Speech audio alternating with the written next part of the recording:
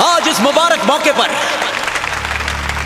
मैं आप लोगों को मेरी और कामिनी की दास्तान सुनाना चाहता हूं, मोहब्बत की दास्तान।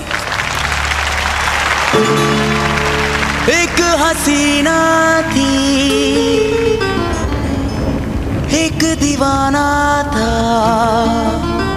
क्या उम्र क्या समा क्या ज़माना